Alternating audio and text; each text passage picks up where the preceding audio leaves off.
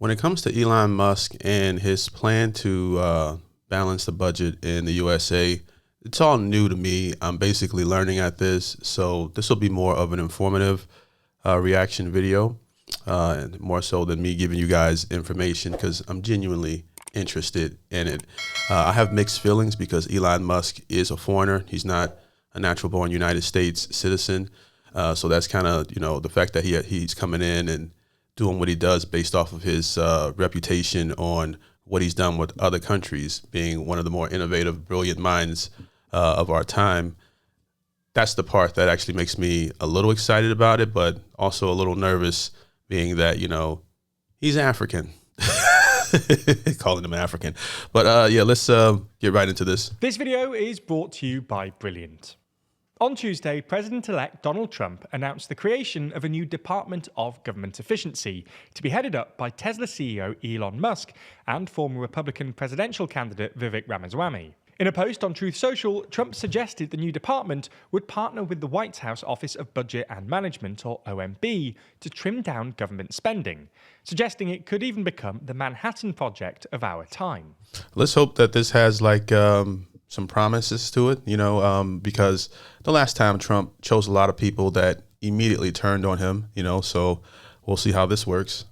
This was actually something Musk talked about a fair bit during the latter stages of the campaign, and his stated plans are ambitious. During a campaign rally in New York last month, he claimed he wanted to trim $2 trillion off the $7 trillion federal budget. To me, that wouldn't sound crazy when you hear a lot about the crazy spending we're doing. And I've seen some articles in terms of a lot of what appears to be useless research and money being sent different places that seems like it could be utilized at a different, it can be used better, basically. Which, if it happened, would push the US into its first budget surplus since 2001. Originally, it was unclear what sort of timeline Musk was imagining here, but Trump's announcement said that the department's work would be done no later than July the 4th, 2026, which means Musk has basically 18 months to do what he can. So in this video, we're going to have a look at Musk's Javier Milei-style plan to trim down the American state, and whether he can actually succeed. All right, should be interesting. Before we start, if you haven't already, please consider subscribing and ringing the bell to stay in the loop and be notified when we release new videos. Yeah, that's a good idea. So let's start by explaining why the US might need to trim down the federal government. When Musk talks about why he thinks the US needs a Department of Government Efficiency, he broadly gives two reasons. The first is that America is, in his words, going bankrupt. In other words, the federal government is spending a lot more money than it takes in, which means America's national debt is now reaching unsustainable levels. Wow, look at that drop.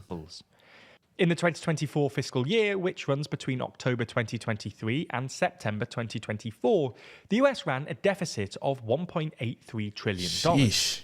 This equates to about 6.4% of GDP, which is an absolutely enormous number by peacetime standards. For context, over the past 50 years, the US deficit has averaged about 3.8%, and the only other time the US has run a deficit this large was in the immediate aftermath of the financial crisis and during the pandemic. Successive and rising deficits mean that the US national debt has risen to over 120% of GDP, according to Federal Reserve data. These are pretty scary numbers by themselves, but things have been made quite a lot worse by the recent rise in interest rates. Not only does this mean that fresh borrowing is more expensive, but it also means that servicing pre-existing debt, i.e. paying interest payments on the tens of trillions of dollars of outstanding debt, accounts for an ever-growing fraction of government revenues. It's amazing to me how if you don't pay your taxes on time, they'll come for you and lock you up right away. But the government, has been spending their spending has been crazy for years now, and it seems like it's not regulated. All right, it's something that's well known, but not one specific person's feet is held to the fire. We just continue to keep making the same decisions, which is why I think the vote also went the way that it did, and why so many people are ready for a drastic change in the direction that the country is going. This is going to be crazy. According to the IMF, debt servicing costs now account for over 15% of all US government spending, nearly triple the G7 average.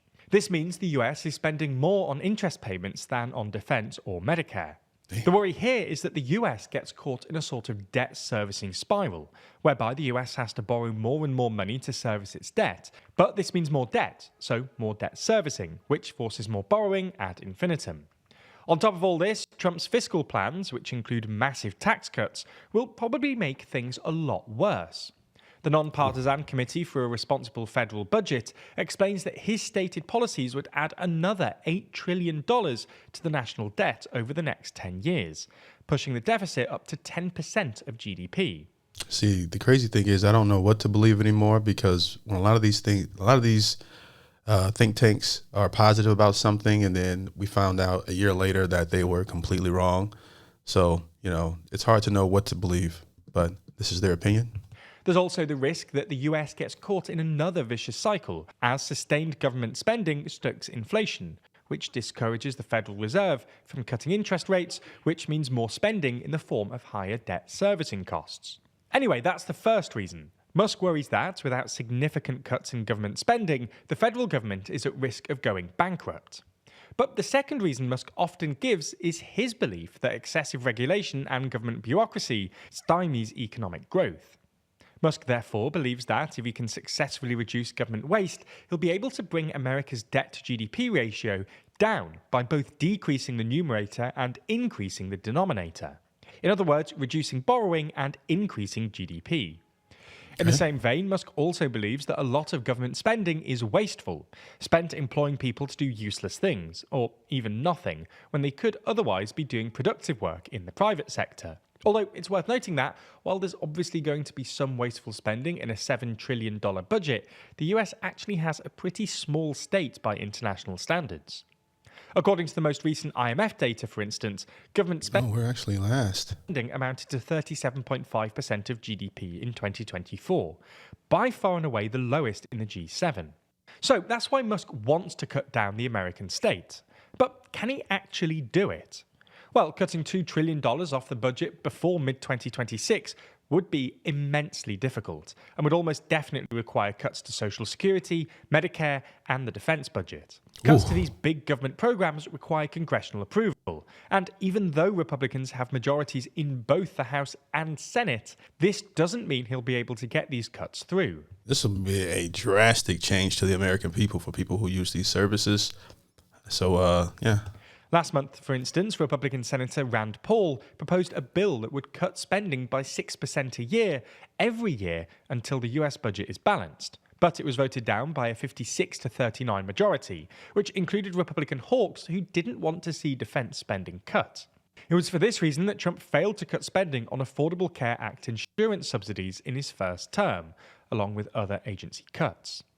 Musk and Trump could instead target so-called discretionary spending, outlays that are not permanently enshrined in law but have to be voted on every year by Congress.